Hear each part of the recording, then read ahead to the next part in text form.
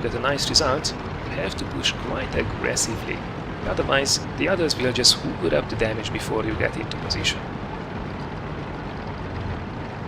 And this is exactly, by the way, why sometimes you will see that the favorable team just throws away its advantage by playing super aggressively, and the good players dying in the beginning of the match. It's probably exactly because they wanted to make sure that they have a decent result out of the game. But until we push in a very aggressive location here in the middle, we might be coming up against some of the more dangerous players, like that 50T can easily turn up here, WZ as well. Oh, never mind, there is actually a 110 pushing the middle. Interesting positioning. But that's nothing we will be complaining about. Now the 50T is behind us, and that's something that we have to be careful about.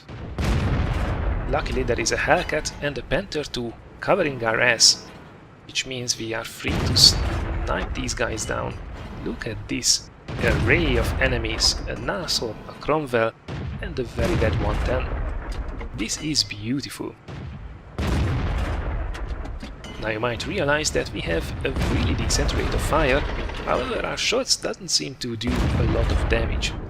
And that's because this is a tank destroyer with a rather special gun. It has a very measly 150 alpha damage per shot, but that's combined with a great rate of fire, and that Cromwell will be a very dead Cromwell. There we go, it's already 3 kills, Jesus. So, very low alpha damage, very high rate of fire, and by the way, extreme accuracy. 0.29 meters dispersion is huge. And that's also combined with a 10 degrees of gun depression and 1.53 seconds of aim time. So, while the gun might not have a huge punch, if you can keep it shooting, it will chew up the enemy quite nicely. But back to the game.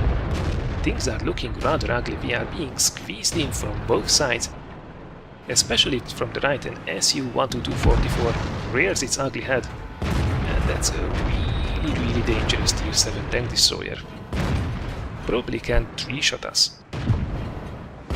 Now, so far so good. The angled lower plate can be a tricky one to penetrate.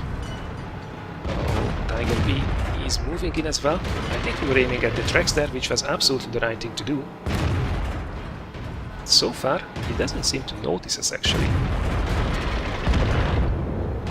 Now have a look at this accuracy. We can snipe that cupola over and over again. Oops, I think they did realize that we were here. Quickly get back into cover. And whoa, that was no damage. I think that might have been an AG shot. It was a little bit strange, but we are definitely not complaining. Look at this pinpoint accuracy though. Now, the Tiger P is just sitting there, and well, he's not the most experienced player, so we can definitely keep on punishing him, while also protecting our health. It seems that the 50T did pull back, so while it did look extremely dangerous in the beginning, now it's just a case of cleaning up this mess. Come on, Tiger B. 2 more shots. But first a little light tank snack. And look at this rate of fire. Absolutely beautiful. We are over 3000 damage now. Not too shabby. Now we can get ourselves into gear. We will be able to hunt down this Tiger B without any problems. A beautiful power to weight ratio and 52 km per hour top speed makes this thing really mobile. The only thing that's a little bit negative about the mobility is the turret traverse, which is 17 degrees only per second. That's worse than what the Hellcat has, for example. But back to the game, surprisingly it's quite tight actually. 10 versus 10 at the moment, we are on 5 kills. And there are quite a few enemies there on the other side, who did manage to secure the other flank, expected to push up towards our cap anytime now. Luckily the SU-100Y and the T-43 are capping, with about 20 seconds left, so the game seems to be rather secure.